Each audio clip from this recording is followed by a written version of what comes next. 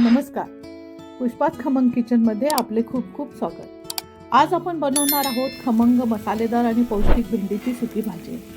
ही भाजी बनवायला अतिशय सोपी, कमी तेलात कमी मसाल्यात तयार होणारी आणि दररोजच्या जेवणासाठी एकदम परफेक्ट अशी आहे. भेंडीतील नैसर्गिक तिखटपणामुळे घरातील गृहिणींना ही भाजी करताना नको नको होतं. पण ही भेंडीची भाजी चिकट न होता खमंग आणि स्वादिष्ट कशी बनवायची हे आज मी तुम्हाला सांगणार आहे. प्रथम भेंडी स्वच्छ धुवून पूर्णपणे अगदी कोरडी पुसून घ्यायची आहे. भेंडी कोरडी असली की भाजी चिकट होत नाही. भेंडी अशी उभी चिरून तिचे 8 भाग करायचे. लागणाऱ्या साहित्याची यादी येथे दिली आहे. प्लेटमध्ये चिरून घेतलेली भेंडी, एक कांदा, एक टोमॅटो बारीक चिरून, कोथिंबीर, भाजलेल्या शेंगदाण्याचा कूट, लसूणच्या 5-6 पाकळ्या बारीक वाटून, जिरे, मोहरी, हिंग, हळद, घरगुती लाल तिखट, सब्जी मसाला. गॅसवर जाड बुडाची कढई ठेवून त्यामध्ये तेल टाकायचे. तेल गरम झाले की यात मोहरी व जिरे टाकायचे. हे तडतडू लागताच यामध्ये वाटून घेतलेला लसूण खमंग परतून घेऊ. लसणातील कच्चेपणा दूर होताच कापून घेतलेला कांदा यामध्ये घालायचा. जिरे, मोहरी, लसूणच्या खमंग फोडणीत कांदा चांगला मिक्स होताच टोमॅटो टाकायचा. कांदा टोमॅटो थोडे मऊ झाला की चिमूटभर हिंग घालून या पाठोपाठ हळद घालून ही सर्व फोडणी छान मिक्स करायची. आता यामध्ये अर्धा टेबलस्पून सब्जी मसाला घालून परतून घ्यायचा आहे. ह्यामध्ये एकच मसाला आपण आणि तो सुद्धा अर्धा टीस्पून टाकलेला आहे.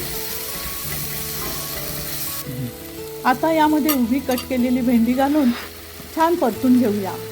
गोल गोल कापून तर आपण नेहमीच भेंडी करतो, पण अशी भेंडी खूपच चविष्ट आणि रुचकर लागते. भेंडी ही नैसर्गिकच फायबरने परिपूर्ण आहे. अशा पद्धतीने बनणारी भेंडी स्वादिष्ट तर होतेच, यामुळे भूक नियंत्रणात राहून पचन सुधारायला आणि वजन कमी करायला खूपच मदत होते. भेंडी चिकट व्हायला नको म्हणून यामध्ये मध्यम आकाराचा लिंबूचा रस मी टाकत आहे. लिंबूचा रस टाकला की भेंडीचा चिकटपणा जातो आणि भेंडीची भाजी मोकळी सळसळीत होते. आता यामध्ये 2 टेबलस्पून मी टोमॅटोचा सॉस टाकत आहे.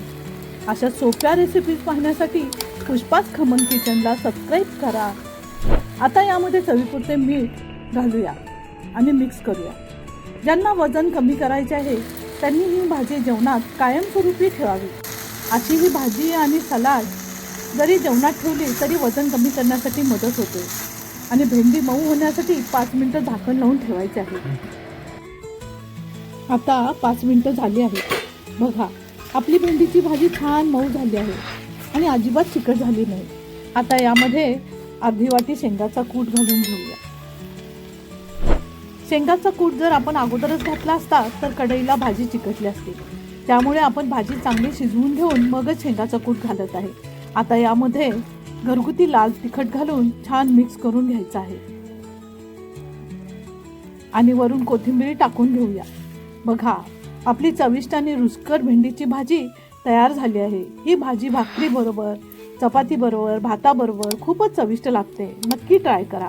अशा साध्या सोप्या घरगुती रेसिपी पाहण्यासाठी पुष्पाच खमंग किचनला लाईक, शेअर, सबस्क्राईब नक्की करा. पुन्हा भेटू नवीन रेसिपीसह. धन्यवाद.